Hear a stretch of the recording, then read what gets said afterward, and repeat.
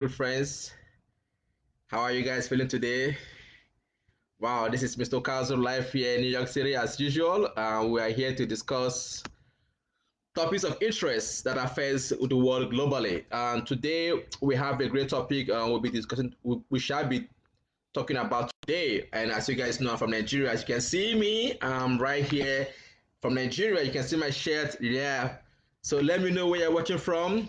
If you're in New York City, say hi, New Yorkers. If you're in US, if you're in Canada, if you're in France, if you're in Germany, if you're in Port Harcourt, just let me know where you're watching from. Today we have a very good topic. We shall be discussing today, and it's about Nigeria and insecurity. So many guys don't really know that I'm into politics. Here in the US, trust me, I'm into politics. Right now in US, we have elections coming up, and then we have for mayors, for the board of presidents. I'm literally living the campaign trade. So many people don't know I'm into politics.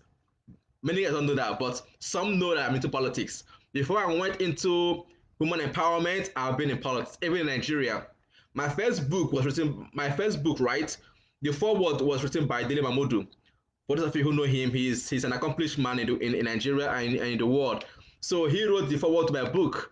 Thank you, Malaysia. Thank you, Suleiman. Thank you. I am grateful for joining. So people don't know that I love politics. Trust me, I love politics with passion. Even here in the US, I'm very big on politics. All right. So that is why I always tell my friends, whatever affects you affects everybody. And what does that really mean? Right? So for example, now some people just think that politics is not for them. They think it's for those who are unrighteous. It's nasty, it's bad, they are religious. But they fail to understand that if you don't join politics, the whoever is in charge will be the one that will dictate what happens. Just like the book of life says that when the righteous are in power, you will see good stuff happening. But when the bad people are in power, what do you expect? So I always tell my friends, you have to get involved. You have to get involved. Oh, Grace is from Bonny Island. Oh, that's great to know. Right? So you have to get involved. So I will tell you guys, wherever you are, get involved in politics. For me, I have strong interest in politics. Down the line, you guys will see that I have very strong interest in politics. And that is why today I have a good topic that I wanted to discuss with you guys today. And it's about Nigeria and insecurity. What is the way forward? Nobody is safe any longer in Nigeria. Literally, nobody is safe in Nigeria. Right? So that is why we all have to come in to give in our best to see how we can literally make it work. And during the course of this our meeting, if you want to join me live, feel free to join me. Thank you, promise, for joining. Feel free to come in either on Facebook or Instagram. You can make a comment or you can send a request and we shall discuss. Let us see how we can address this whole issues of insecurity in Nigeria. And then Nigeria as a whole, let's know how are we going to move from step 1 to step 2. So to begin this topic, right, I want to give you guys an overview of how we get to where we are today. Now we have our current president, President Muhammadu Buhari. He's our current president. Some people said he won the election. Some people believe he rigged the election. Whatever is the case, today he is our president, and we have to work with him. But we cannot work with him if he's not ready to work with us. That is the bitter truth. It's just like friendship. Two cannot move together unless they agree. If you are married, the same thing. So two people must work together. So the governed and the governed must make sure they work together. So now, what is this origin of insecurity in Nigeria? How did it all start? I'm going to say this, okay? The first job or the first responsibility of a leader, especially if you're a governor or you're a president, and preserve the constitution of the land and to protect and preserve the citizens you govern. So as a leader, your first job is to preserve, protect, and defend the constitution. And that entails you defending your people. And when you have failed to do what is expected of you, you are expected to resign. That is what is done in Senate lines. We are seeing the world where some world leaders resigned because why? They were not able to discharge the office very well. They failed. But can that be said of Nigeria? Can Muhammad Buhari resign? I'm here to see a Nigerian that will resign, a Nigerian leader that will resign from power because he or she failed to do what is expected of him or her in that office. So now that is why everyone is clamoring. How can we resolve this issue of insecurity in Nigeria? Where do we move from here? Furthermore, for those of you who know Nigerian politics very well, if I may take you into memory lane, before President Muhammadu Buhari came into power in 2015, he was able to make his case to Nigerian people. And during his campaign promises, he made a very funny statement. He said, the dog and the baboon will be soaked in blood. So one will now expect what is the meaning of that statement. And what he meant actually was that if he loses the election, the, the dog and the baboon will be soaked in blood. Some people took that statement lightly, but for some of us, we know what it portends. Now, this is why I wanted to give you guys an overview for you guys to understand how we got to where we are today. Now, it's now becoming clearer by the day that the present government were the ones that imported these Fulani people, these bandits, this Boko Haram that we are dealing with today. Now, the plan was if President Goodluck Jonathan did not concede that election, then there will be massive bloodshed in Nigeria. That's a fact. You can disagree with me, but that's my own opinion. But I have the facts to back it up. And that is why I gave you the word of President Muhammad Buhari, which he said that the dog and the baboon will be soaked in blood. So if you doubt me, ask your president, what is the meaning of that statement? That tells you that assuming he lost that election, these guys would have been able to unleash terror on Nigerians. And this is one problem we have in Nigeria as a country. So for those of you who are not Nigerians, please pardon me because I'm speaking today as a Nigerian, right? That's why I have my shares as a Nigerian, right? Okay, now, we see that most times our leaders will empower these cultists, unemployed youths to go there and unleash terror. And after this terror has been unleashed, they will fail to take back these guns. They will fail to give these guys jobs and employment. So these guys are now left to now unleash terrors on human beings. That is why we have this insecurity in Nigeria. And President Muhammad Buhari is seen as a man who is a godfather.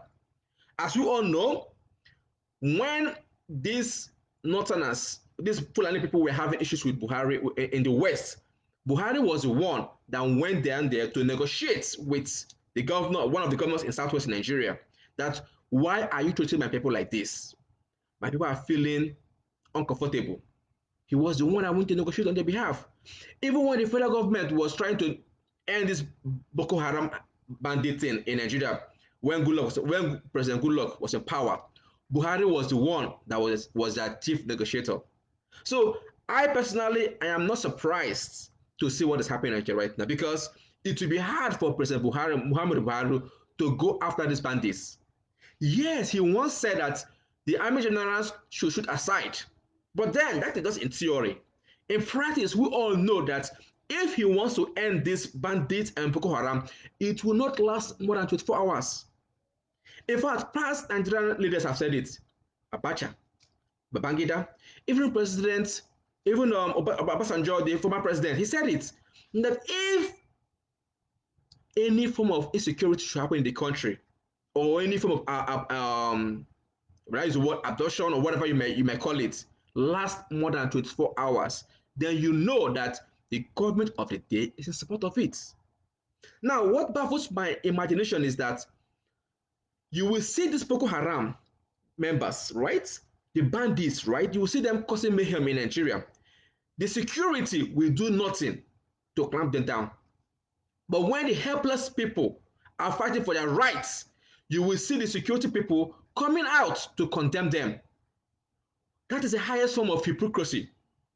That is the highest form of hypocrisy. That is the highest form. Thank you, Mr. Baba, for joining. Thank you, Joy Dalo. Thank you, okay, for joining. How can you see Boko Haram members causing mayhem and you just close your eyes? But when you see the youths clamoring for their rights, you begin to unleash terror on them. That is bad. That is unacceptable. That is why I said President Muhammadu Buhari is the one causing the whole challenge in Nigeria. If he can clamp down on these guys, That is what it is. If he can clamp down on these bandits, we will have peace and security in Nigeria. Let me take you guys into memory lane again. In 2015, in 2014, right? On President no, in 2018, right? If I'm not mistaken, when President Muhammad Buhari went to a meeting, Commonwealth head of Commonwealth head, I think it's Commonwealth heads of government in London. There was a statement he made there that he will only support 95% of people who gave him support, and he will not give the 5% who did not support him. And then the 5%, if we want to ask, who are they? These are from the southern part of the country. The why the 95% are those who gave you support. Now, some of you might take this words literally, but again, I want to tell you that every word from the president is heavy. Just like in the US, the word of the US president is capable of turning the country upside down, and even the world. So they're always calculative, they're always tactful whenever they utter any single statements. Now, how can you, as a president, say that you only show interest for 95% of people who give you support? That those who gave you 5% support don't expect to receive the kind of support those who gave you 95% give to you. That is unacceptable. As a leader, immediately you win election, everybody should be under your constituency. You should accept everyone as one. That is why I like President Obama. During his speech in 2014 election, during the convention, he said, we don't have the white American, we don't have the black American, we don't have the white American, black American, or Spanish American. We have the United States of America. That was a great speech. I will implore you guys, Google that speech. 2008, when President Barack Obama gave that wonderful speech. We don't have the white American, we don't have the Asian American, we don't have the Hispanic American, we have the United States of America. That is what leaders do. Now, President Muhammadu Buhari have said it that he will only give interest to those who gave him support, and that statement is unacceptable from a leader. To add more so to injury, he said again that the Nigerian youths are seen as lazy youths. Are you serious? Nigerian youths are seen as lazy youths? Nigerian youths that are enterprising youths, you call them lazy Nigerian youths? By the way, who made you president? The youth of Nigeria have at least 60% of the votes that made you the president of the country. So it's unfortunate that we can have a leader that will say such things like this. He knows that if he has uttered such statements before his second election, he would have lost the election. But he felt that this is a time he can say whatever I want to say. So I'm giving you guys some of the issues that led to where we are today. Let me talk about the issue of appointments. As we all know, the president has a soft spot for the Northerners, especially those from the Fulani tribe. Now he believes that these are the only people that can do the job. But that's a fallacy right there. We have people in the South that can do wonderful jobs. When he was campaigning for election, a lot of us thought that he would use his cabinet, people like Osibanjo, to work, and other Serbian minds around him, and even those of his ministers. But quite unfortunately, he didn't do any of those things. Now, what am I trying to say? That when his appointments are lopsided, what do you expect? He had this belief that after Nigeria's civil war, which ended in 1970, where we lost many lives, that the Igbos are nothing but pure devil.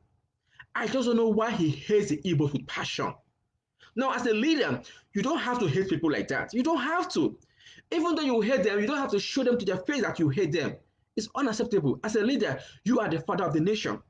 Now, in making an appointment, President Muhammadu Buhari has shown the interest that he loves only a certain tribe of the country. And that was why the Igbos felt so bad that they are not being given their due rights. And that is why they started supporting the IPOP. Now, when the IPOP started getting more ground and traction in the southeastern part of the country, the president now summoned his team of entourage to go there and unleash terror on them. One now begins to wonder if the same force that has been meted out to the easterners in Nigeria has been meted out to the north, especially to Boko Haram and the bandits, we will not be where we are today. You cannot slap a baby and expect the baby not to cry. It's impossible. You can't push me and expect me not to fall. It's impossible. So when people have been pushed to the wall, they are bound to respond. So these are some of the issues that has been causing this insecurity in the country. Now the question now becomes, how should we make it work? What should be done to make sure that this insecurity issue is addressed? The first issue I want to put out there is the issue of education. Now, these Boko Haram members and the bandits, they feel that education, civilized education, is unacceptable. All right, it's unacceptable. That they only believe that civilized education is for the Westerners and not for them. Now, if these people can be educated enough, they will know that what they are clamoring for is not the right cause. That is not the right cause. So education has to play a very big role. Two, and it's very, very, very important in just to fix this whole problem. And I think it's a major problem. Is the issue of appointments. The president has to see the country as one. Don't think we have northern presidents, southern presidents, eastern presidents. No, we have just but one president, and you are the president. So in giving appointment, you must make sure you give appointments to everybody. Everybody must be carried along. When you start to give some tribe preferential treatment, other tribe will feel jealous. It's like a father showing a special interest to one of his sons or daughters. Even though you like any of your children, that should be in your mind. You don't have to show it out there. But that is not President Muhammadu Buhari. If nothing else, we saw what he did on the Twitter ban. When he made a tweet that he would deal with the Igbos, that they are the dot in a cycle. He doubled down a few days ago when he was being interviewed. He uttered that same statement again. That tells you that this man is a full-blown dictator. He doesn't care. Because Twitter has been able to pull down his tweet, he now went back there and banned Twitter. Why? Because that's how they work. He is a full-blown dictator. Now, he said in that interview that he doesn't really care about the youth. Technically, that's what he meant in that interview. He doesn't really care about the Igbos and then the youth, that they are the cause of the problem in Nigeria. He feels that the youth want to remove him from power. But let me not digress again. The reason why I'm making that point is that I'm talking about the issue of appointment. If the president can appoint people from the south, from the west, and the east, everybody should have a fair share of the national cake. I think this tension will reduce. If you don't want the Igbos as Nigeria, allow them to live. How can we be a slave in our country? It's unacceptable.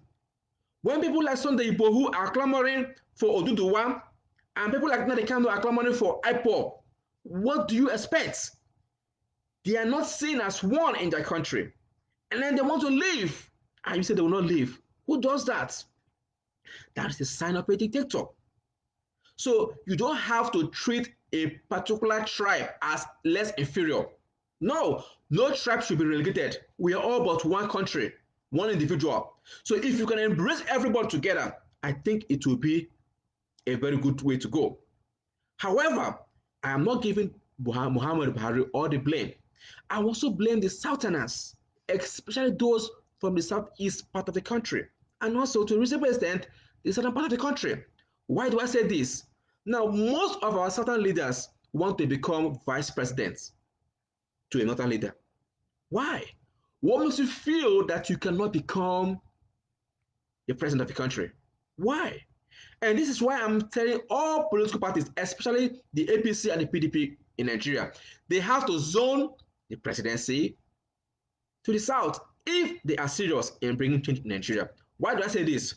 Now, before Muhammadu Buhari came to power, President Goodluck Jonathan was the president. After he lost the election, Buhari came in. Buhari came in for the first term, he won. Now he's now in the second term. I think it will be more rational to allow the power to go back to the south. But quite unfortunately, the south are now saying that they want to become vice presidents. I don't understand why. And this is why they are being treated in the way they are being treated. Why? Because These certain leaders feel that they are seen as second-class citizens. Let me give you a case study of what happened in Imo State, whereby there was civil unrest in the country, in the states. The governor of the state has not come out to condemn it in totality. Rather, on one of those days, he said that some people are trying to bring down the government of President Muhammadu Buhari. How can you imagine? How can a governor be uttering such statements? How? How? That's so unfortunate. At the end of the day, when your turn is over, you will have to go back to your people. If your people don't accept you, you are gone. If your people cannot accept you, there's no value in you. It's like a family. If your family cannot accept you, I wonder what you are doing. You are basically living, but you are basically existing as supposed to be living. So what am I trying to say? That our president has a lot of work to do in order to make the country a better place. Now let me talk about this iPod, right? iPod, we all know, yes, they are looking for their self, they want to liberate themselves from Nigeria. The reason why they are doing this is because they are not being accepted in their country. That's the LCM, that's the bottom line. If they are being accepted into their country, then I don't think the clamor will be as high as it is. The Civil War ended 1970, right? So after the Civil War, we had the three R's: reconstruction, rehabilitation, and reconciliation. But has these three R's propounded by Gowon been enforced? Yes, I no. Has there been any form of reconciliation? Nope. In reality, in theory, we say yes, but in reality, we say no to that. Reconstruction. What federal presence will you say is in the southern part of Nigeria? There has been so much damage. But what effort can one be say, yes, that after the Civil War, we are now serious to making this work in Nigeria? What about rehabilitation? So the three R's that Gowon brought in reality, was not effective. So what am I trying to say? What I'm saying in a nutshell is that if we want to work as a nation, let us work as a nation. But if we don't want to work, just divide and go peacefully. I can't understand how some people will be a slave in their own country. So today, my message is to the president of the country, Muhammadu Buhari. We are practicing democracy. This is not a military form of government. This what you are doing as a leader is you are telling us that a camel, that a tiger, the skin of a tiger can never be changed. But that is what you are telling us, that you are a full-blown dictator. We thought you were a reform Democrat, but that is not what we're saying. I don't even know what will happen between now and 2023. If what I am hearing right now, if what I am hearing right now, as of this moment, happens, I don't think Nigeria will see 2023. In fact, by 2022, Nigeria may not even be in existence. If care is not taken before the end of this year, Nigeria might not be in existence. If the way the president is moving. And that's why I'm calling all the world leaders and all people of thought in Nigeria to come up. You guys know what is happening. You guys know what is happening in Nigeria, but you guys don't want to talk. I don't know why you're afraid to talk. Let me tell you, the fear of taking risk is risk itself. The fear of taking risk is risk itself. If you think that because you are comfortable in your zone, trust me, it's just for a short period of time. Go back into memory lane and see what happened during the NSAS process. There was a video I was watching by Itakiwa, the senator, former senator. She was afraid at a point in time. She was clamoring, begging the youth, please, please, please, enough is enough. You guys saw what happened during that process. That when the youth began to move, everywhere was on standstill. That is why I'm calling all the Nigerian leaders. You know yourself. Speak out. This is the time. If you think you are safe, your children are not safe. Your family are not safe. Nobody is safe. Because injustice to one is injustice to everyone. What I always tell most of my friends that I'm close to is this: What will be your legacy when you leave power? What will be your legacy? That is why I'm here today, to give my own voice. Ordinarily, I will be speaking on a different topic, but because I have a passion for my country, I said, no, I must give my own words of advice. I must air my voice. During the NSAS protests, I was in the Nigerian house. I was part of the people that led that NSAS protest. During the Bring Back Our Girls, I was right there. I was one of those guys that made that move. Here in the US, we give popularity. Why? Because I have interest.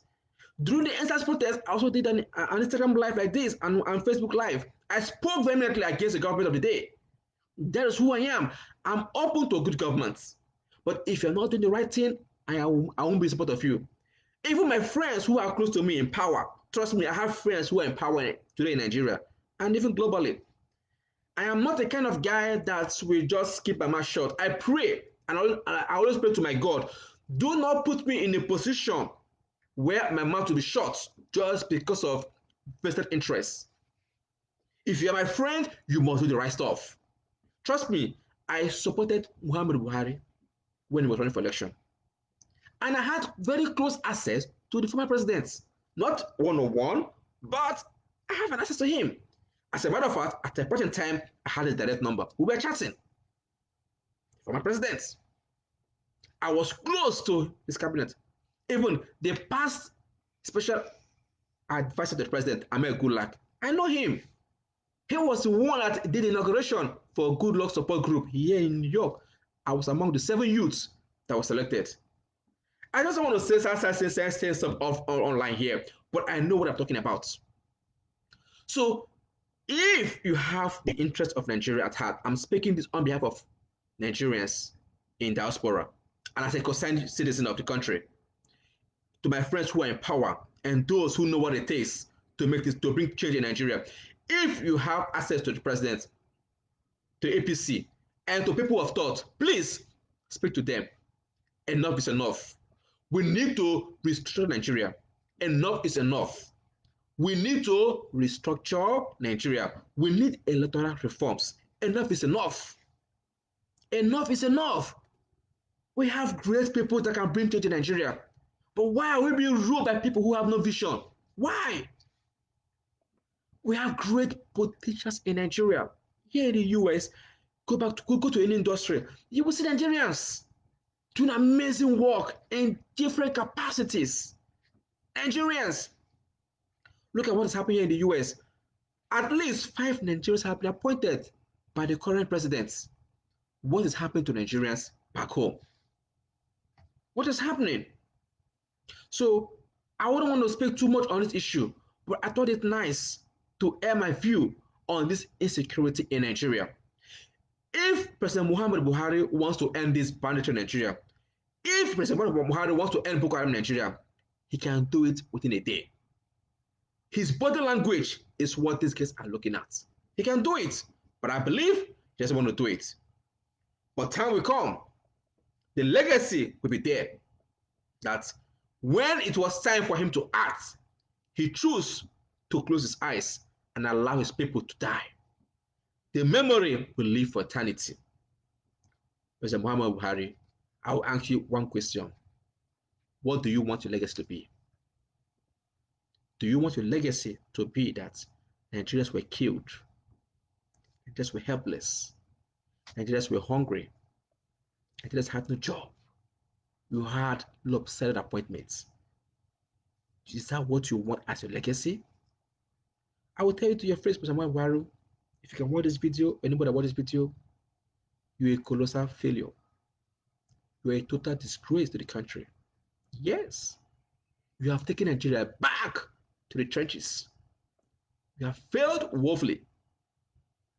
It's high time you sit back and fix the country. If at all you still have time to fix the country, the time is there. You can do that in a day. Enough of enough. We have seen so many bloodshed in Nigeria. See what happened in Benue State. See what happened in Zamfara State. See what happened in Kano State, in Kaduna. Enough is enough. Nigeria will leave after you leave power. You have less than two years to stay in power, and you'll be gone. But what will your children be saying What will be your legacy? When you look back, do you think you can swallow Nigerians? Let me tell you, we have a say in the eastern part of the country. From where I come from, we have an adage that says, if an individual should cook for the community to eat, the community will eat all the food and ask you, do you have an extra? But if the community should cook for you, you will have a big tummy. So what does that mean? That you cannot kill the whole Nigerians. You cannot and will not and can never imagine it. You will only try within this many less than 2 years that you have. And then your face will be over. And who knows who will come after you. All you've done might be dismantled. So what am I saying? Play your parts and allow Nigerians to live. Let's live and allow other people to live. Enough is enough. Nigerians have cried enough. We want change. We want peace. We're not asking you to give us road. We're not asking you to give us lights. We're not asking you to give us hospitals. All we're saying is make us one Nigeria. Let peace reign in Nigeria. That is all we are asking of. And that is all we need. So with that, I'm going to tell you, Mr. President Buhari, I don't hate you. I don't dislike you. Rather, I'm against your policy and your style of government. It's only a friend that will tell a friend the truth. If I don't like you, if I don't want your progress, I won't be saying this. I will just move on my normal life. But because I want you to understand that what you are doing is not right, that is why I'm saying what I'm saying today. So I said, please allow peace to reign in Nigeria. Bring Boko Haram to order. Bring the bandits under. You can do it if you want to do it. The US today and the UK don't want to intervene. Why? Because they've seen your body language. When you decide that you want to make it happen, they will come in. But because of your body language, they have backtracked. They've backslided. They are not showing that eagerness. So the ball is in your court, President Muhammadu Buhari. The ball is in your court. Quite unfortunately, those who you have as your aides, your ministers, and a few advisors, many of them lack the guts to tell you to your face or to advise you properly. Why? Because they're afraid of being fired, they have vested interests, or whatever is the best to them. But unfortunately, we have so many people in power who are psychopaths, and that's why the country is perishing. We have psychopaths in power who cannot tell the leader of the day the honest truths. So, my fellow Nigerians, I have just one word to tell you guys. Be safe wherever you are. Do your best. Protect yourself. Do not fold your hands when people are coming to kill you. Fight back. Fight back, because if you don't fight, they will kill you. If you should fight, they will kill you. So what do? You fight back. You die but once. Yes, you die but once. So I'm encouraging you guys, do not die like a coward, but rather die like a villain. We'll pray, but we can do the work. So keep speaking out in your own little comfort zone. Do the little that you can.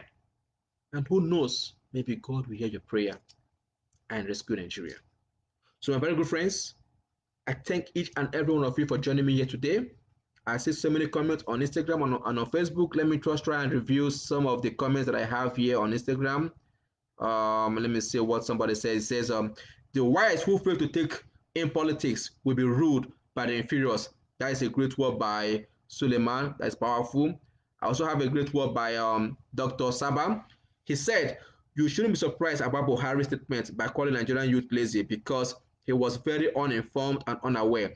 Since when he was scooped out of office in 1985, he has been staying in Buhari, in Daura. That is very bad of him. Quite unfortunate. He has to grow up. He only goes to London on vacation, not for business and reception, and not for business reason, paper presentation or conference attendance. That's true. He always goes there for vacation. That is true. He said again, his life was totally caged. He didn't write a single article, let alone be a book, for his 30 years of chairwoman. That's a fact. As leaders, you have to keep learning, relearning, and unlearning. He said again, he had no business that converts $1 He had no single business that converts 1 naira to 2 naira using his talent. He was staying only in his farm watching the cows. That's a fact. That is a fact. President Muhammad Buhari, you have failed us. He said again, why should we even have any confidence that he will be able to deliver Nigeria? Were we deceiving ourselves? That is true. Let me address that part a little bit, Mr. Dr. Saba. Right. So when President Muhammad Buhari was climbing for election, right, some of us believe that he will do a good job because why? We saw him like someone who is not, wasteful. We saw him like someone who is frugal. Frugal person. How a frugal person behaves, right? So we saw him as someone who will not waste our resources. We saw him as an elder statesman. We saw him like someone who is like someone who is closer to 80 years. That he will not be like a normal youth that will come there and spend our money. We saw him like an elder, like a father. So he was packaged in that light. We believe he had the wisdom that he will not be there to come and waste our money because he's now old. He has lived his life as a former president, so now it's time for him to retire. So we believe he will work with his vice president like he did with Idiabon. So, but we're all, nobody knows tomorrow because this is democracy. But quite unfortunately, what did we see? We saw something different. So, my very good friends, I thank you guys for joining me on Facebook. Thank you, Mr. Lawrence Wabeze. I strongly appreciate you, sir, for joining this platform. Thank you for your comments and words of encouragement. This is the little we can do. To my fellow youths, please be strong. Prepare. If we're able to survive between now and 2023, please let us bring that change. We're coming. Trust me. When I say we're coming. We're trying to cook something out there to make sure that we restore back the dignity of Nigerians. So, my very good friends, I want to thank you guys for joining me today. I look forward to seeing you guys next week. Feel free to let me any topic you want me to discuss with you guys. Feel free, and I'll be here to share with you. All right, take care and have a blissful evening. And this is Sokazo saying bye from New York City. Take care.